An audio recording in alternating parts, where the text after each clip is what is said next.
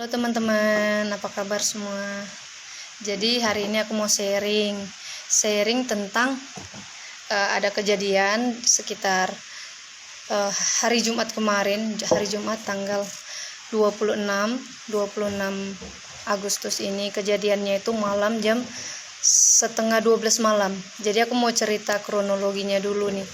Nah, sebelum kejadian di tanggal 26 ini terjadi, jadi aku ada seminggu yang sebelumnya aku ada pesan kemiri dari luar kota karena aku ada usaha buat minyak kemiri asli. Nah, singkat cerita, setelah kemiri ini dikirim, terus dari kakak tersebut mengirimkan foto resi beserta gambar barang tersebut. Jadi jelas semua, ada nama, alamat, jenis barang yang dia kirim apa. Nah, singkat ceritanya, nyampailah barang tersebut di Jambi tanggal 25 pagi. Tanggal 25 pagi ini diantar oleh kurir, salah satu kurir kargo di Jambi. Jadi itu kalau nggak salah jam-jam 10 pagi dia antar barangnya tersebut. Pas aku lihat dari luarannya aja, itu jadi barang-barang yang datang itu dibungkus pakai goni juga, tapi goninya lain. Aku sudah curiga sih sebelumnya kan, kok warnanya lain dari gambar yang disampaikan kakak tersebut. Terus aku video call, aku kasih tunjuk nih barangnya, kak yang ini enggak barangnya. Oh ternyata bukan. Kakak itu bilang jangan diambil deh, bukan itu barangnya. Nah itu saya memang masih berpikir positif sama kurirnya kan. Terus itu saya bilang, saya nggak berani terima barang ini pak, ini bukan barang saya. Kalau nggak percaya coba dibuka aja goninya. Terus itu kan dibukalah sama kurirnya tersebut, dia saksikan. Terus juga ada saksi tentara di dekat rumah, dia lihat juga barang tersebut. Ternyata isinya koper tas gitu, sekitar berat 8 kilo. Nah pas diintip dari atas kan, karena kopernya itu ditaruh gembok, tapi karena ada resletingnya itu bisa dilihat sedikit. Oh ternyata katanya itu baju hitam. Saya sama sekali nggak berani lihat. Terus itu udah saya paksa nih sama kurirnya, tolong dibawa pak. Nah saat itu suami lagi pergi, jadi nggak tahu ada barang datang kalau itu salah. Saya udah paksa, biarin aja kak, nanti diambil lagi katanya gitu. Pas suami balik sore, dia lihat barang tersebut. Terus dia telepon lagi nih kurirnya, kenapa nggak diambil lagi pak barangnya? Dia bilang besok pagi aja saya jemput. Nah gitu kan. Setelah itu besok paginya dia datang tanggal 26 pagi, jam-jam kisaran jam 9 jam 10 dia datang. Dia antar juga kemiri saya yang asli, satu goni, beratnya 25 kilo. Terus dia bawa balik lah itu tas koper kain itu. Tapi malamnya itu saya udah nggak enak, udah feelingnya juga nggak enak pak, itu tasnya dikeluarin aja. Kita juga ada sempat diskusi, itu jangan-jangan korban mutilasi ya katanya kan. Tapi pas saya deketin kok nggak ada aroma kan gitu kan. Rupanya tercetus juga suami, jangan-jangan itu narkoba. Tapi kan karena tadi pikiran kita itu cuman ya nggak kepikiran apa ya, maksudnya masa iya, tapi cuman tercetuk seperti itu gitu. Cuman kita nggak sampai melaporkan atau seperti apa gitu kan, karena juga sudah besok paginya diantar barangnya. Puji Tuhan udah sampai bukan minyak kemirinya 25 kilo, dan tas tersebut juga dibawa sama kurir tersebut. Malamnya jam setengah 12, pas kita udah mau tidur, mau berdoa, tiba-tiba ada yang gedor dengan suara yang sangat kuat, dengan cara yang sangat kasar. Terus itu diintip suami dari jendela. Dia pikir orang mabuk kan, sampai dia ambil senjata, parang panjang, dia ambil parang panjang. Terus itu dia lihat udah rame, ternyata di luar rame. Terus itu dia gedor-gedor dengan cara yang sangat kasar. Terus itu sampai cakap-cakap yang kotor gitulah. Dia gedor jendela kami. Terus dia bilang nanti kami pecahkan ini kaca, terus ini kalau tidak dibuka pintunya mobilnya akan kami rusak gitu kan, pakai linggis. Pokoknya dengan cara yang mengerikan sampai anak saya juga ketakutan. Lampu kami dimatiin dari listrik depan. Terus itu sekitar hampir 10 menitan baru RT datang. RT datang, ternyata ada Pak RT di luar.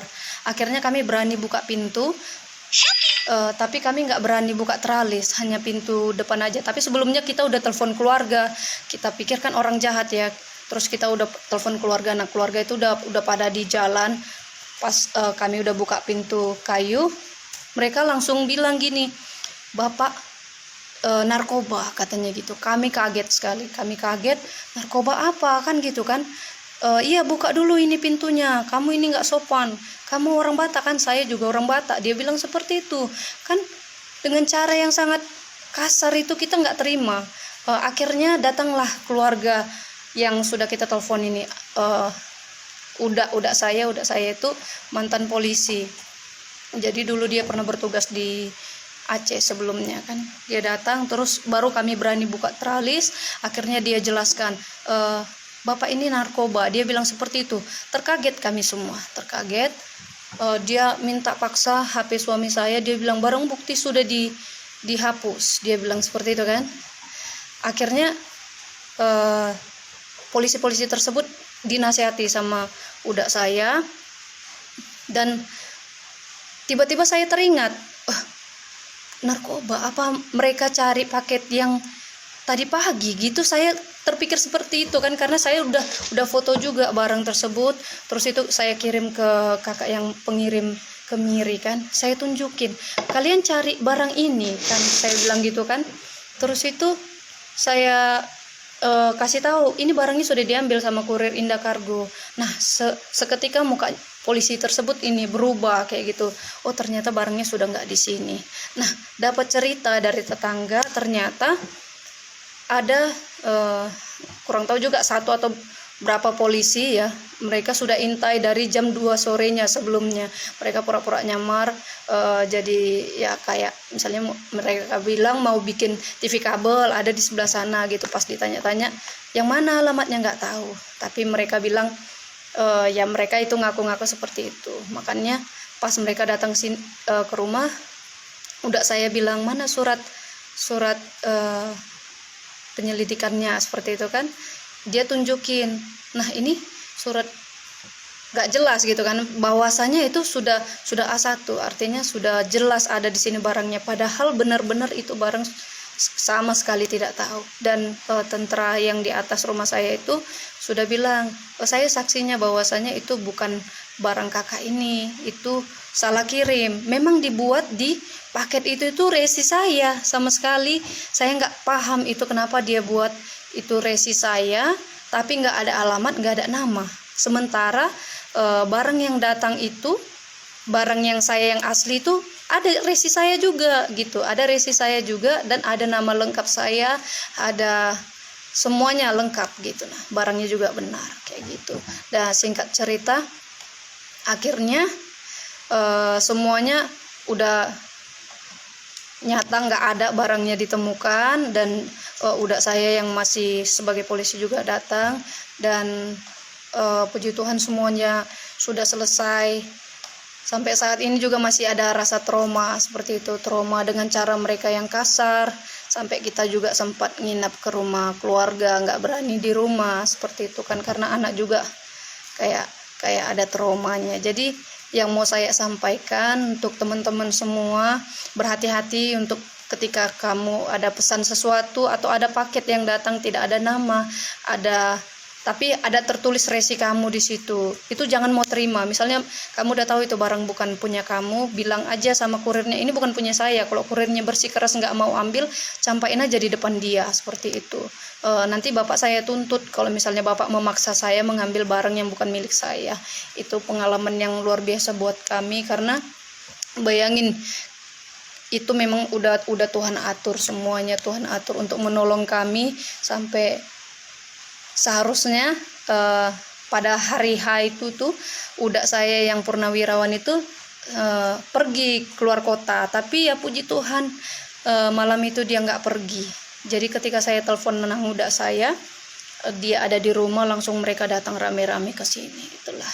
Itu kisah pribadi yang sangat luar biasa buat kami, pelajaran yang luar biasa buat teman-teman juga. Berhati-hati siapapun itu ketika menerima paket, boleh kita buka langsung gitu. Nah, apa itu barangnya, seperti itu. Jangan pernah ada rasa khawatir untuk membuka. Ketika kita benar itu jangan pernah khawatir untuk mengatakannya, seperti itu teman-teman. Kiranya kita senantiasa dalam perlindungan Tuhan dan dijauhkan dari hal-hal yang tidak baik dan tidak benar. Selamat siang semua.